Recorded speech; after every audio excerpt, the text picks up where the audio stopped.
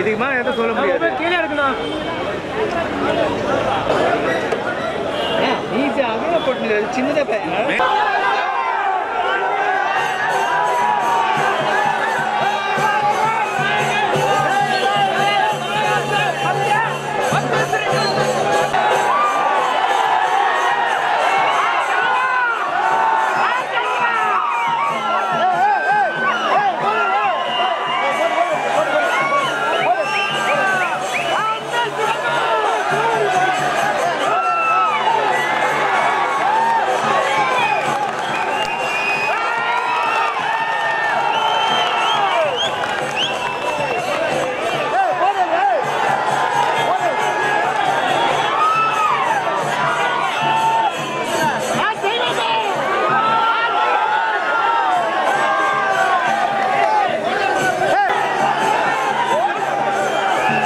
தமிழின் தலைநகரம் மதுரையில் கொடியேற்றி மக்களை வந்து துவக்கி வைத்த நம்மவர் இன்று 2025 தமிழகத்தின் தலைவருக்கு 8ஆம் ஆண்டில் அடிவைக்கு கொடியேற்ற இருக்கிறார். இந்த நேரத்தில் எனக்கு ஒரு செய்தி ஞாபகத்துக்கு வருகிறது. நான் காலையில் பேப்பரில் படித்தேன். சிங்கப்பூர் நாடாளுமன்றத்தில் மகளிர் உதவித்தொகையாக $800 பெண்களுக்கு வழங்க வேண்டும் என்று சிங்கப்பூர் நாடாளுமன்றத்தில் அறிவித்திருக்கிறார்கள். தமிழகத்தில் அறிவித்து, இந்தியா முழுக்க அறிவித்து, நேற்று டெல்லியில் அறிவித்து, இன்று சிங்கப்பூரிலும் அறிவிக்கப்பட்ட அந்த சிந்தனைக்கு சொந்தக்காரர் நம்மவர். அவர் சிந்தனை ஜெயித்தது, நம் கட்சியின் நோக்கம் ஜெயித்தது. இதுபோல் வரும் காலத்தில் இந்த கட்சியும் ஜெயிக்கும் என்று கூறிக்கொண்டு இந்த 8ஆம் ஆண்டின் முதல் நாளில் தலைவரின் உற்சாக உரையோடு நம் வாழ்க்கை நடத்தும் என்று கேட்டுக்கொள்கிறேன். உயிரே உறவே தமிழே வணக்கம். வால்யூம் ஏத்துக்க, வால்யூம் என்ன ஏத்துக்க. நன்றி நன்றி. உயிரே உறவே தமிழே என்று சொல்லுகிறாரே, சற்று வித்தியாசமாக இருக்க வேண்டும் என்பதற்காக ஒவ்வொரு தலைவர்கள் ஒவ்வொரு ஆரம்ப சொற்பொழிவுக்கு முன்னால் சொல்லும் வார்த்தைகளில் சற்று வித்தியாசப்பட்டு இருக்க வேண்டும் என்பதற்காக இவர் உயிரே உறவே தமிழே என்கிறார் என்று சிலர் நினைத்திருக்க கூடும். ஆனால் நான் வாழ்வில் உணர்ந்த உண்மையை பேசும் வார்த்தைகள் அவை. நான் இன்று என் சிந்தனையும் என் கலையும் நானும் இங்கு தன்னம்பிக்கையுடன் உயிர்த்து இருப்பதற்கு காரணமானவர்கள் தமிழக மக்கள் தான். தமிழக மக்களுடன், மலையாளி மக்களுடன் ஆரம்பித்தது. தெலுங்கு மக்களும் அதில் சேர்ந்து, வட இந்தியர்களும் அதில் சேர்ந்தது என் பாக்கியம். ஆனால் என் உயிர் துவங்கிய இடம் இது.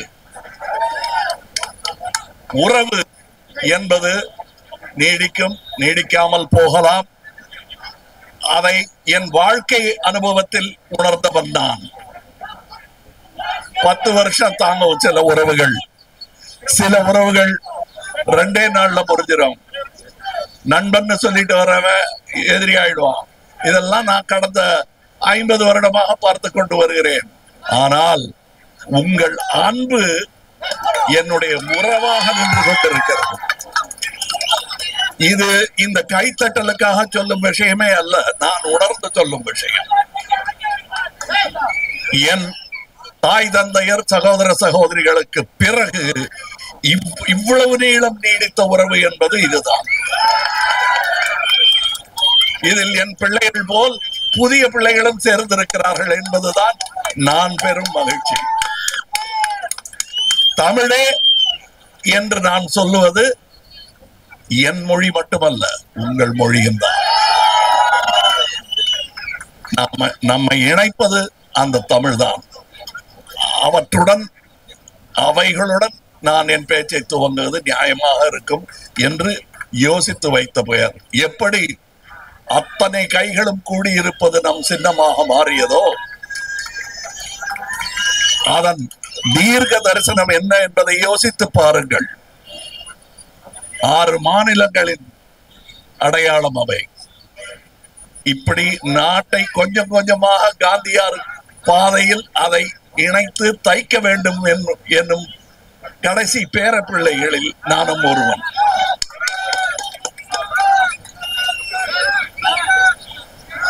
நாம் கை கட்டி வேடிக்கை பார்ப்பவர்கள் அல்ல, கை தட்டி வேடிக்கை பார்ப்பவர்களும் அல்ல. அது ஒரு பகுதி.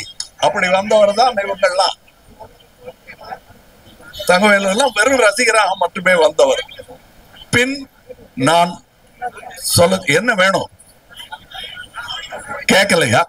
வால்யூம் என்ன கொஞ்சம் ஏத்து. அப்படி வந்தவர் தான் இங்க இருக்கிற இந்த தங்கவேலு எல்லாம். அவங்களுக்கு எல்லாம் என்ன சினிமா பிடிக்கும் அவ்வளவுதான். அதுவும் கொஞ்சம் லேட்டா வந்தாரு. சகலகலாவலம் தான் வந்து சேர்ந்தாரு. அந்த புகழ் அந்த பெருமையை பார்த்து வந்தவங்க இது மட்டும் போதாது தம்பி என்று நான் சொன்ன போது அதை சிறமேற்கொண்டு கிட்டத்தட்ட 40 வருடங்களுக்கு மேலாக அதை செய்து கொண்டிருப்பார். இவர் போல் பலர் இருக்கிறார். இந்த கூட்டத்திலேயே ஆள் காட்டி பெயர் சொல்ல முடியாது.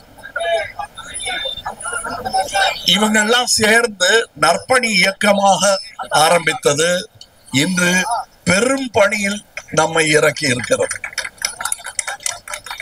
இன்று முக்கியமாக பேசும் பொழுது நாம் உணர வேண்டியது இன்று உலக தாய்மொழிகளின் தினம். இதை கொண்டாடுவதற்கு இதைவிட சிறந்த தருணம் இருக்க முடியாது. நம் மொழியின் குதவளையை பிடிக்க நினைப்பவர்கள் உணர வேண்டும் இது எப்படிப்பட்ட தினம் என்பதை. தமிழ் எங்கள் உயர்வுக்கு வான் என்றார் பாரதிதாசன். இமயம்னு சொல்ல, ஏன்னா வானத்திலிருந்து பார்த்தாலே இமயமலையும் சின்னதா தெரியும். அப்படி தூக்கி கொண்டு போய் வச்சுட்டாரு தமிழை. அந்த தமிழை இறக்க முடியாது. யாராலையும் மரியாதையுடனே பேசும், எவராலும் இறக்க முடியாது. நான் என்னை பத்தி சொல்லும் போது பலர் வேண்டியவர்களும் விமர்சகர்களும் எதிர்கட்சிக்காரர்களும் சொல்லுது தோத்து போன அரசியல்வாய் பேசுற விடியான்றது அப்படின்பாங்க. நான் எப்படி தோத்து போனேன் என்பதை நான் உணர்கிறேன் என்பதை உங்களுக்கு சொல்லுகிறேன். நான் 20 வருடத்துக்கு குறைந்தபட்சம் 20 வருடங்களுக்கு முன்பாக அரசியலுக்கு வந்திருக்க வேண்டும். அது வர தவறினேன் என்பதுதான் எனக்கு தோல்வியாகப்படுகிறது. அப்படி வந்திருந்தால் இன்று நான் நின்று பேசிக் கொண்டிருக்கும் வார்த்தைகளும் இடமும் வேறாக இருக்கும்.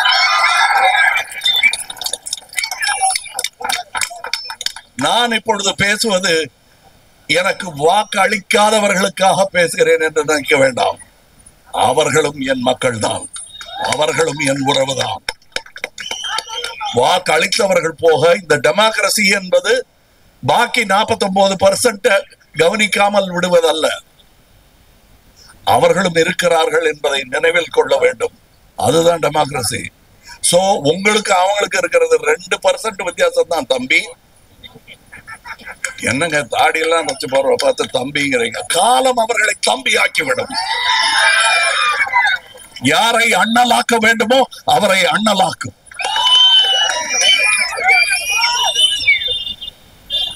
எங்களுடைய பணி, நம்முடைய பணி கடைசி ஒரு வாக்காளன் இருக்கும் வரையில் தொடரும். எப்படிங்க இப்படி சொல்றீங்க? நல்ல வார்த்தையா சொல்லுங்க. நல்ல நாள் அதுவான்னு வைங்க. எங்களுக்கு மக்களுக்காக பணி செய்யும் எல்லா நாளுமே நல்ல நாள் தான். அதுக்காக தனி நல்ல நாள் பார்த்து காத்துக்கிட்டு இருக்க மாட்டோம். எந்த ஓட்டுக்காக பெரியார் இத்தனை நாள் தன்னுடைய உயிர் போகும் தருவாய் வரை பிரச்சாரம் செய்து கொண்டிருந்தார்? யாருடைய ஓட்டுக்காக? தனக்கு வேண்டும் என்பதற்காகவா?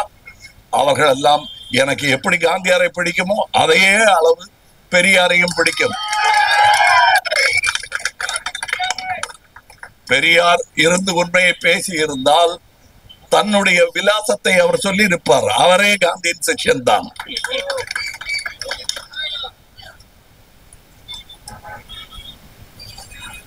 அதாவது இதுல ஒண்ணு விஷயம் நம்ம புரிஞ்சுக்கிட்டோம். எனக்கு நிறைய ரசிகர்கள் சினிமாவிலிருந்து அரசியலுக்கு வந்தவர்கள் என்னுடனேயே சேர்ந்து இருக்கிறார்கள், இந்த கூட்டத்திலேயே இருக்கிறார்கள். ஆனால் என் அனுபவத்தில் நான் புரிந்து கொண்டது, ரசிகர்கள் வேறு, வாக்காளர்கள் வேறு. இது வாக்காளர்கள் கூட்டம் என்றே வைத்துக் கொள்வோம். இது சாமானியமான கூட்டம் இல்ல. இதை விட பெரிய கூட்டத்தை நான் இதே தெருவில் பார்த்திருக்கிறேன். அந்த பிளைஓவர் மேலெல்லாம் ஆளு நின்னாங்க விஸ்வரூபம் படத்தின் போது. அவர்கள் நியாயம் கேட்க வந்த தனி மனிதர்கள், வாக்காளர்கள் அல்ல. அது யாருமே எதிர்பார்க்கல. இன்னும் சொல்ல போனா என் கண் நனைந்தது. அன்று தொண்டை கட்டி போனது, எனக்கு பேச வரவில்லை. அவர்கள் அன்பு கோபமாக மாறிவிடக் கூடாது என்பதற்காக சில வார்த்தைகளை அன்று நான் பேசினேனே அன்றி முழுவதுமாக நான் சொல்ல வந்த கருத்தை நான் அரசியலில் நுழைந்த போதுதான் சொன்னதாக நான் நினைக்கிறேன்.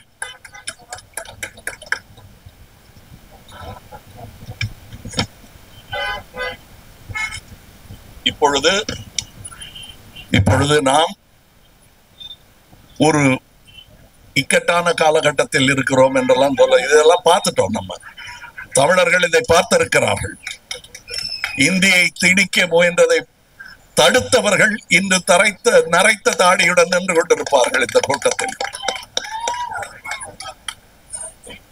மொழிக்காக உயிரையே விட்டுருவீங்களான்னா விட்டுருக்காங்க தமிழ்நாட்டில். அந்த மாதிரி விஷயத்தோட விளையாடாதீங்க. நீங்க பச்சை பிள்ளைக்கு கூட தெரியும், தமிழனுக்கு தெரியாதா தனக்கு எந்த மொழி வேண்டும், எந்த மொழி தேவை என்பதை முடிவு செய்யும் அறிவு தமிழனுக்கு உண்டு. பச்சை குழந்தைக்கே உண்டு. அளவுக்கு மீறி தாயார் உணவு ஊட்டினால் முகத்தை திருப்பிடும், இல்ல துப்பிடும். நாங்க அந்த மாதிரி அநாகரிகமான விஷயங்கள் செய்ய தூண்டாதீர்கள் எங்களை. இப்பொழுது 8ஆம் ஆண்டில் நின்று கொண்டிருக்கிறோம். நாம் வளர்த்த அந்த குழந்தைக்கு 8 வயதாகிவிட்டது. நாம் வளர்த்த குழந்தை இது. இந்த வருடம் நமது குரல் பாராளுமன்றத்தில் ஒலிக்க போகிறது. அடுத்த வருடம் உங்கள் குரல் சட்டமன்றத்தில் ஒலிக்க போகிறது. அதற்கு கட்டியம் கூறும் விழாதான் இது. ஒவ்வொரு ஆண்டையும் நாம கொண்டாடி கொண்டே இருக்கலாம். ஆனால் இவையெல்லாம் முக்கியமான தருணங்கள், படிக்கட்டுகள், நாம் ஏறி வந்த படிக்கட்டுகள். மையத்தில் மாணவர்கள் இணைந்து கொண்டிருக்கிறார்கள்.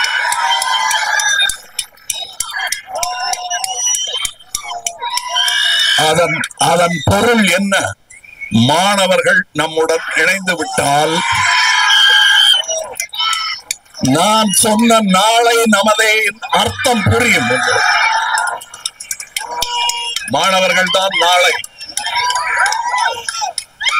அவங்களுக்கு என்னென்ன இஷ்டமோ அதையெல்லாம் கத்துக் கொடுக்க வேண்டுமே தவிர, நான் சொன்னதை நீ கத்துக்கலன்னா உனக்கு கை செலவுக்கு காசு கொடுக்க மாட்டேன்னு சொல்ற ஒரு அரசு எந்த நிலைக்கு தள்ளப்படும் என்பதை சரித்திரம் சொல்லும். அது ஒருவேளை மறந்து போயிருந்ததுன்னா நாளை சொல்லும். மாற்றத்திற்கு தயாராக உங்களை தகுதி உள்ளவர்களாக்கிக் கொள்ளுங்கள் என்பதை நான் 1ஆம் ஆண்டிலிருந்து சொல்லிக் கொண்டிருக்கிறேன். தகுதி கொஞ்சம் கொஞ்சமாக வந்து கொண்டிருக்கிறது. பத்தலைங்கிறது இவருக்கு வேலையா போச்சுங்க அப்படிங்க. பத்தலை தான். நான் இப்ப வந்ததே பத்தலைங்கிறேன், 20 வருஷத்துக்கு முன்னாடி வந்திருக்கணுங்கிறேன். நான் இங்கே இந்த 8 ஆண்டு காலமாக என்னுடன் பயணித்துக் கொண்டிருப்பவர்கள் பார்த்தா பேர் சொல்ல முடியும். இப்ப எல்லாரும் வந்து தனியா ஸ்நேகன், முரளியப்பா, இவர் ராகேஷ்லாம் கொஞ்சம் இல்ல, ஒரு வருஷம் லேட்டா வந்தாரு. என்ன ஒண்ணுமே செய்ய விட மாட்டேங்கிறாங்க. என்ன பண்ண போறீங்க, அப்பா என்ன காப்பாத்துக்கன்னு சொன்னவர். இன்னைக்கு தன்னுடைய பொட்டன்ஷியல் என்ன என்பதை அவர் உணர்ந்து கொண்டிருக்கிறார். நான் உங்கள் அனைவருக்கும் சொல்லுகிறேன், அடுத்த வருடம் சட்டமன்றம்ங்கிறதெல்லாம் வெறும் பேச்சாக இருந்துவிடக் கூடாது. அதற்கு நீங்கள் என்ன செய்ய வேண்டும்? உங்களுக்கு ஒரு பலம் இருக்கிறது என்றால் அந்த பலம் இல்லாதவர்களுக்கு அது இருக்கும்படி செய்ய வேண்டும். நீங்கள் ஒளிரும் தீபம் என்றால் இன்னொரு தீபத்தை ஏற்றி வைக்க வேண்டும். அப்படி தீபம் ஏற்றும் நாளாகத்தான் இதை நான் பார்க்கிறேன். அதைத்தான் நீங்கள் செய்ய வேண்டும்.